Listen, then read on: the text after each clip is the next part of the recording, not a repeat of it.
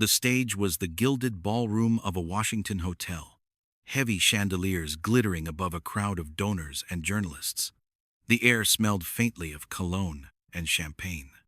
Then Donald Trump took the microphone, puffed up with the showman's energy that has defined his political persona for nearly a decade. He leaned into the mic, paused for effect, and said words that would ricochet across the political universe. "If I don't win the Nobel Peace Prize, America will be insulted." The audience gasped, then chuckled nervously, unsure whether he was joking. But Trump's face remained fixed in a theatrical mask of grievance. To him, it was not satire but prophecy. The Nobel Peace Prize, the global award reserved for diplomats, humanitarians, and peacemakers, suddenly became, in Trump's telling, less about peace and more about the validation of his personal brand. America's dignity, he suggested, was tethered to his name being engraved in Oslo. And then came the counterpunch.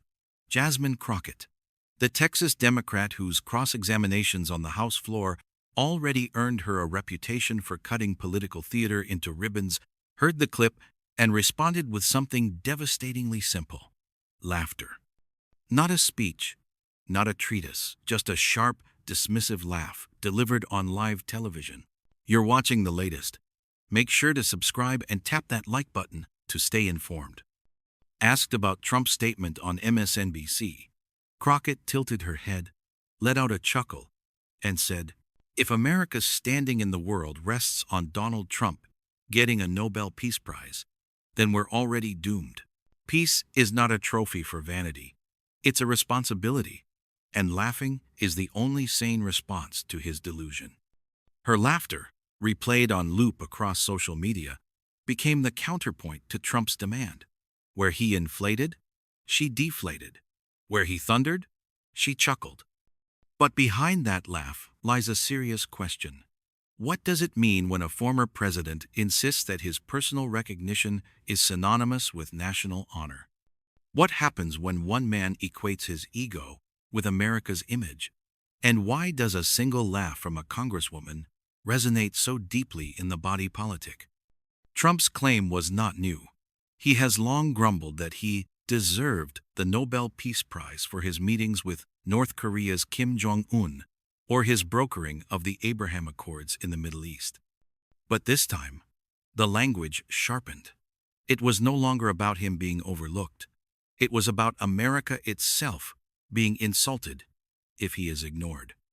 The subtle shift was the spark. Crockett's laughter was the flame.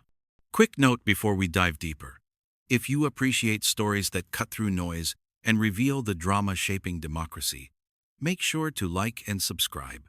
It helps us keep pulling back the curtain. To unpack Trump's Nobel claim, one must first understand his relationship with symbols. Throughout his career, Trump has treated titles, awards, and even lawsuits as accessories to his brand. Winner versus loser has always been his lexicon.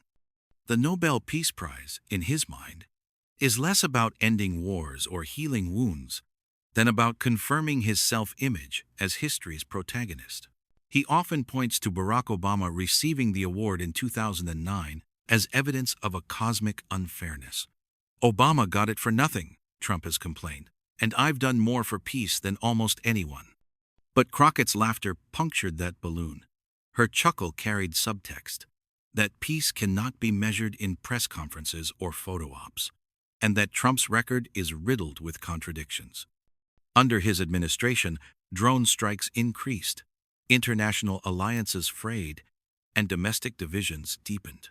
Whatever achievements he may claim, his legacy is far from the serene image the Nobel Prize intends to honor.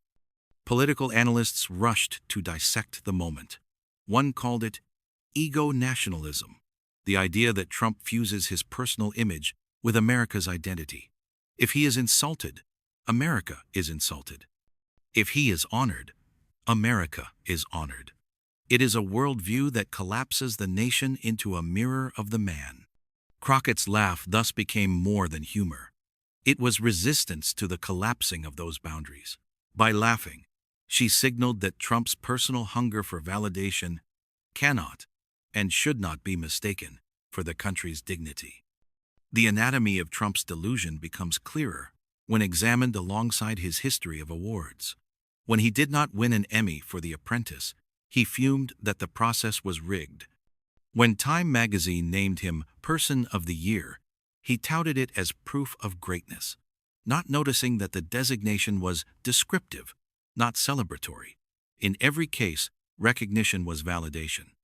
Lack of recognition was conspiracy, and is less than #0. 3 is greater than. The Nobel claim fits the same mold.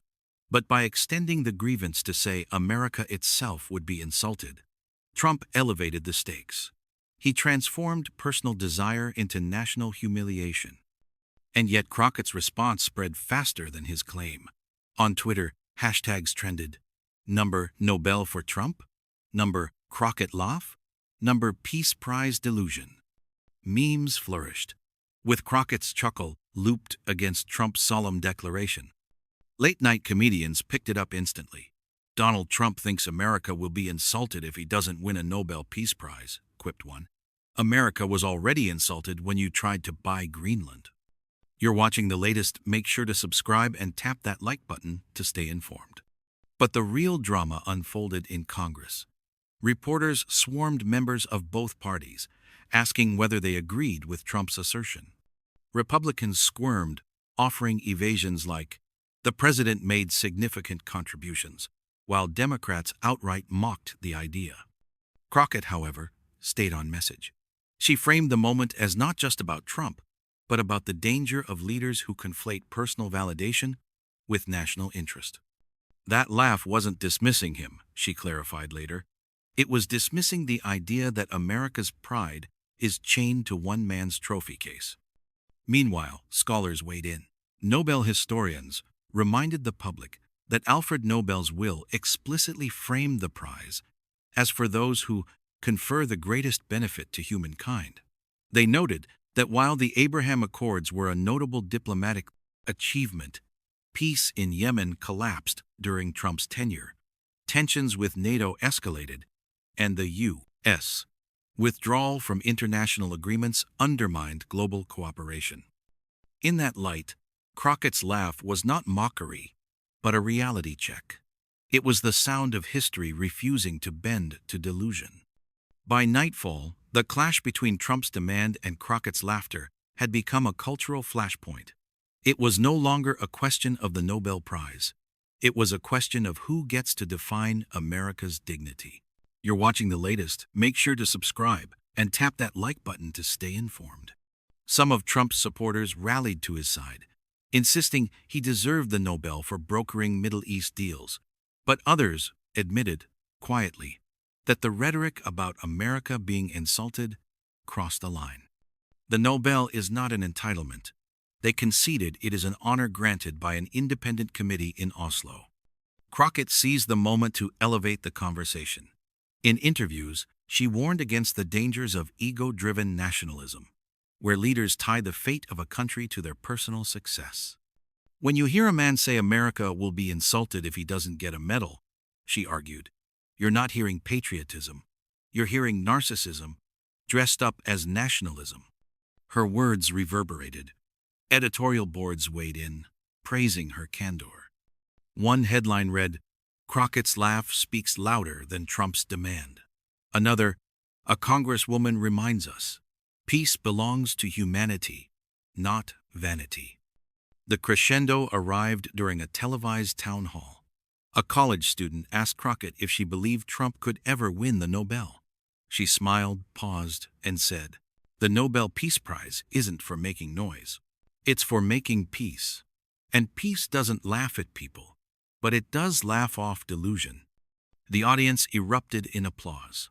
And yet the story ended not with Crockett's applause line, but with the question hanging in the air. What does it say about a democracy when the highest offices are used to demand trophies rather than serve the people? What happens when a laugh carries more truth than a speech? Trump's words may fade into the noise of his many grievances, but Crockett's laugh, sharp, dismissive, unbending, remains. It is not just the sound of ridicule. It is the sound of a republic, refusing to be reduced to one man's vanity project. And so the report closes, not with answers, but with reckoning. The Nobel Prize will be awarded in Oslo, without Trump's input. America's dignity will survive, with or without his name engraved. But the larger question remains: will America laugh off delusion, or will it bend beneath it? What do you think? Was Trump's claim a harmless boast, or a chilling glimpse into a leader who equates personal trophies with national honor? Leave your thoughts below, and don't forget to subscribe for more stories that spotlight the drama, the danger, and the occasional laughter at the heart of democracy.